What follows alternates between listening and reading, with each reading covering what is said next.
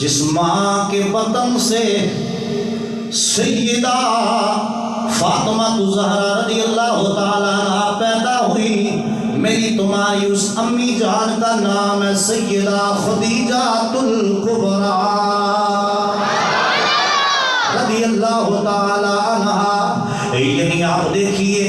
ہر بیٹے بیٹی کی جنت اس کی ماں کے قدموں میں رکھ دی گئی ہے۔ حضرت فاطمہ الزہرا رضی اللہ تعالیٰ عنہ،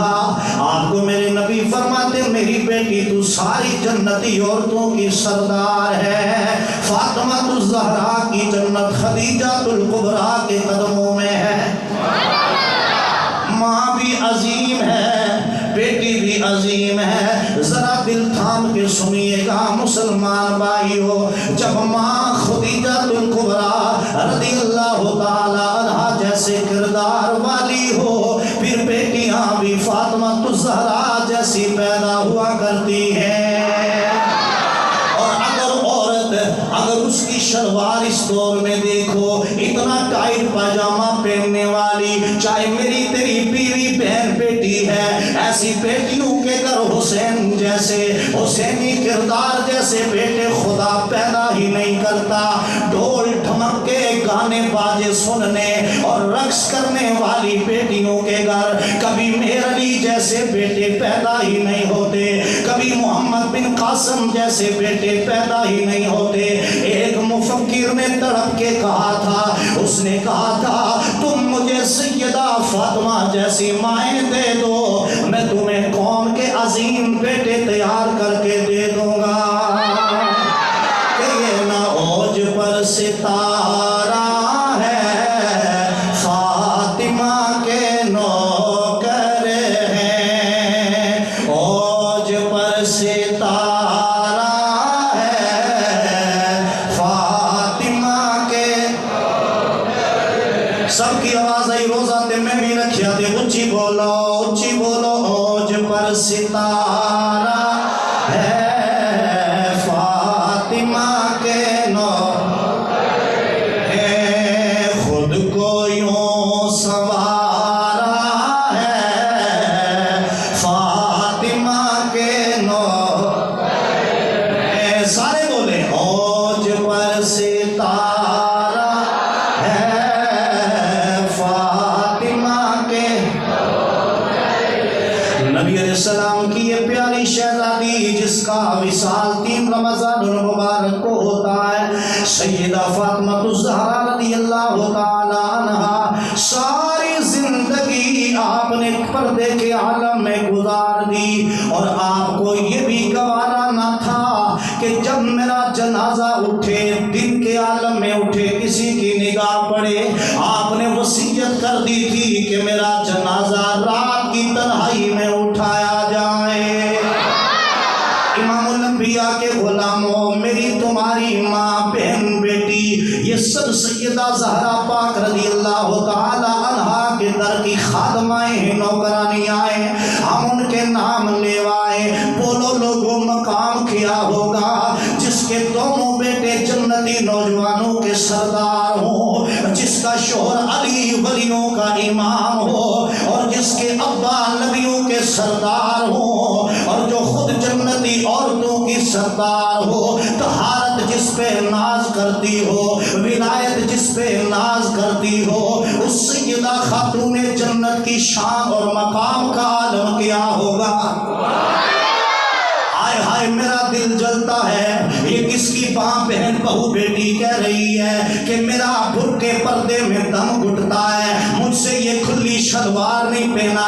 پہنی جاتی، اپنی بیٹیوں کو اچھا لباس نہیں پہنایا جاتا، اور یہ میری تیری بہو بیٹی کی غلطی نہیں ہے، یہ میری تیری غلطی ہے۔ میرے بھائی ناراض نہ ہونا، جو شریعت کے پردے میں انہیں نہیں کہہ رہا، جو غفلت میں سوئے ہیں میں جگا رہا ہوں، زہرا پاک کی سیرت پیش کر رہا ہوں۔ تم کیا سمجھتے ہو وہ کائنات بنانے والا، وہ ایک آنسو پہ گناہ بخش دینے والا پوری زمین کو ویسے تو نہیں ہلا کے رکھ دیتا؟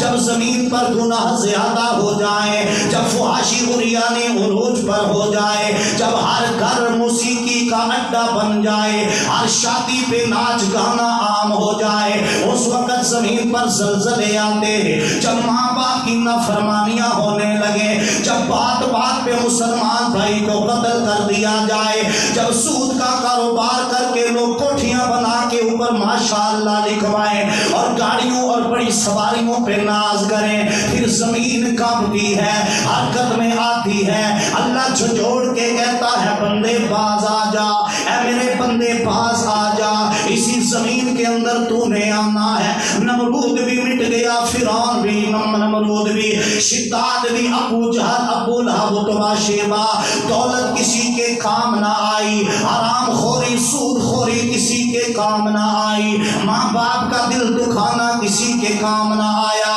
نمازیں چھوڑنا کسی کے کام نہ آیا، اور میری تیری بیٹیاں جب زلزلہ ہو کلمہ طیبہ کا ورد کرتے ہوئے گھروں سے باہر آتی ہیں، میں نے اپنی آنکھوں سے ان زلزلوں پہ موقع پہ دیکھا ہے، اگر کوئی سگریٹ پی رہا ہے تو سگریٹ نہیں بجھا رہا، کوئی شراب پیتا ہے تو شراب نہیں چھوڑ رہا، جو بہن بیٹی ننگے سر گھر سے نکلی ہے وہ سر پہ دوپٹہ لینے کے لیے تیار نہیں، پھر کہتے ہو جی ہمارے ساتھ یہ ہو گیا، رمضان کا مہینہ ہے آؤ مدینہ کی خیرات لے کے جاؤ، سیدہ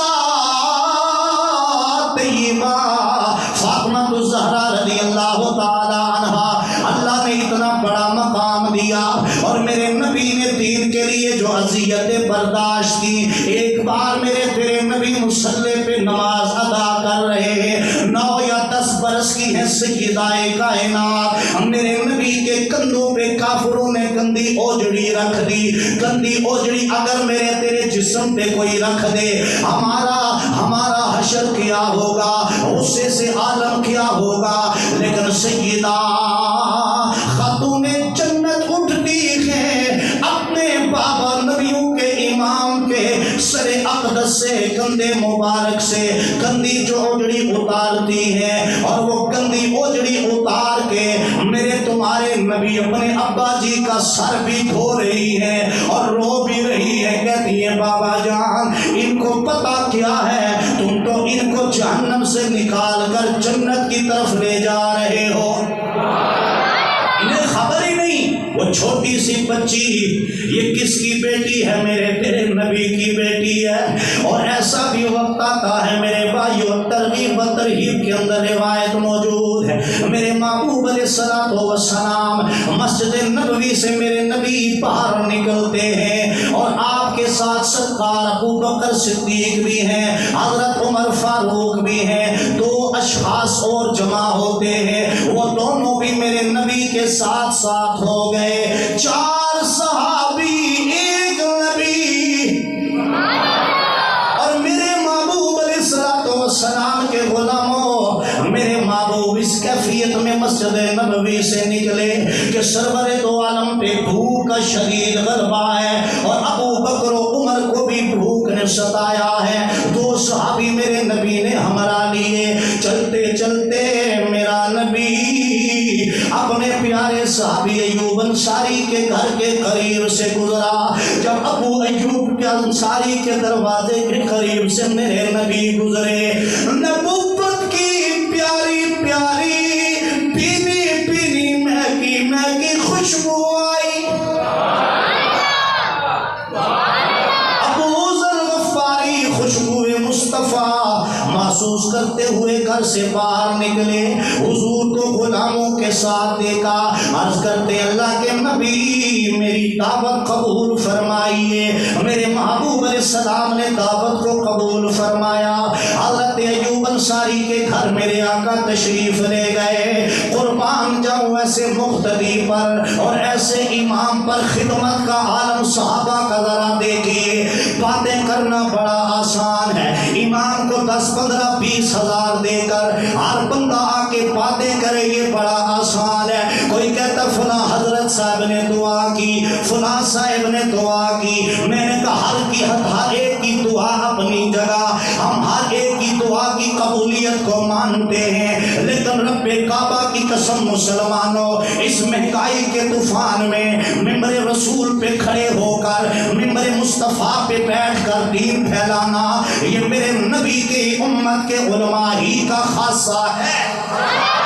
جو ہر مشکلات برداشت کرتے ہیں۔ میرے محبوب علیہ السلام کی بارگاہ میں بکری ذبح کر کے ابو ایوب انصاری دعوت پیش کرتے ہیں۔ ابو ایوب انصاری نے زوجہ کو بتایا یہ بکری میں نے ذبح کر دی ہے، اسے تیار کرو، نبی پاک اور آپ کے غلاموں کی دعوت کرتے ہیں۔ آج میرے محبوب کو بڑی بھوک لگی ہوئی ہے، اور جب ابو ذر حضرت ابو ایوب انصاری دوبارہ میرے نبی کے پاس آئے، میرے سونے نبی کے سونے غلاموں اور پیارے نبی کے پیارے غلاموں، ابو ایوب انصاری نے میرے نبی کے چہرے پہ بھوک کے نقاہت کے آثار دیکھے، کمزوری کے۔ آپ سمجھ گئے کہ امام الانبیاء کو شدید بھوک لگی ہے۔ ایسا لگتا ہے کئی دنوں سے نبی نے کچھ کھایا نہیں۔ ابو ذر ابو ایوب انصاری دوڑتے ہوئے گئے، کہتے اللہ کے نبی میں کچھ اور شے پہلے پیش کر دیتا ہوں۔ کھجوروں کا خوشہ لے کے آئے، وہ کھجوروں کا خوشہ آ کے حضرت ابو ایوب انصاری نے نبی پاک علیہ السلام کو پیش فرمایا۔ عرض کی اللہ کے نبی جب تک دعوت تیار ہوتی ہے آپ کھجوریں تناول فرمائیے، آپ کو بھوک نے بڑا ستایا ہے۔ حضرت ابو ایوب انصاری کے گھر بکری تیار ہو رہی ہے ہنڈیا پر، اور جب کھانا تیار ہو گیا دل تھام کے سنیے نبی کے غلاموں، میرے محبوب کے آگے آپ کے صحابہ کے آگے جب وہ بکری کا گوشت رکھا، میرے محبوب علیہ السلام کی آنکھوں سے چھم چھم آنسو رواں ہو گئے، اتنے آنسو بہے میرے نبی کی داڑھی مبارک تر ہو گئی، سینہ علم نشرہ پہ آنسو پہنچے۔ میرے محبوب علیہ السلام کو رونے لگے، فرمایا ابو ایوب یہ کھانا دے کر دعوت دے کر میرے آنسو اس لیے بہ نکلے ہیں، کسی بندے کو بلا کے لے آؤ۔ میرے نبی نے ایک روٹی نکالی، چند بوٹیاں گوشت کی اس پہ رکھ کر برتن میں ڈالی، کہا ابو ایوب کسی کے ہاتھ یہ میرے گھر بھجوا دو، آج کئی دن ہو گئے ہیں میں بھی فاقے سے ہوں اور میری بیٹی فاطمہ بھی فاقے سے ہے، میں آج اپنی بیٹی فاطمہ کی بھوک مجھے یاد آ گئی۔ اے میرے نبی کے غلاموں دیکھیے نا ان ہستیوں نے دین کی خاطر کتنی کتنی بھوکیں برداشت کی، بڑی بڑی مشکلات برداشت کی، بڑی بڑی تکالیف برداشت کی ہے، لیکن کبھی بھی اللہ کے دربار میں شکوہ و شکایت نہیں کیا۔ آج دین کا ہمارے پاس موجود، مسجدوں میں قالینیں لگی ہیں، اے سی لگے ہوئے ہیں، پنکھے چل رہے ہیں، اور طرح طرح کی دعوتیں اور کھانے کھا کر ہم پھر بھی کہتے ہیں جی حالات بڑے کشیدہ ہیں۔ اور صحابہ ایک خندق کے موقع پر اپنے قبی سے پیٹوں سے اتار کے میرے نبی کی بارگاہ میں شکایت لے کر گئے، اللہ کے نبی ہم نے پیٹوں پہ پتھر باندھ رکھے ہیں۔ میرے نبی نے اپنے پیٹ مبارک سے کرتا ہٹایا، فرمایا تم نے ایک پتھر باندھا ہے، تمہارے نبی نے 2 پتھر باندھ رکھے۔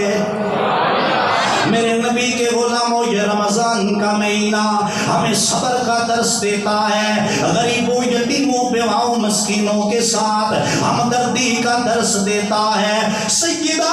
کائنات خود کے دلوں سے میرے نبی کی شہزادی بھوکی ہے، دروازے پہ سائل آتا ہے، صرف ایک روٹی آپ کے پاس موجود ہے، سائل آواز دیتا فقیر ہوں، کئی دنوں سے کھانے کے لیے کچھ نہیں ملا۔ امام حسن حسین سیدہ کائنات کے پاس بیٹھے ہیں، آپ نے شہزادوں کو روٹی تھما دی، جاؤ سائل کو دے آؤ۔ کہا امی جان آپ ہی بڑے دنوں سے بھوکی ہیں، آپ کے لیے کچھ نہیں۔ آپ نے جو جواب دیا وہ سنیے، آپ نے فرمایا میرے شہزادوں تمہاری ماں فاطمہ کے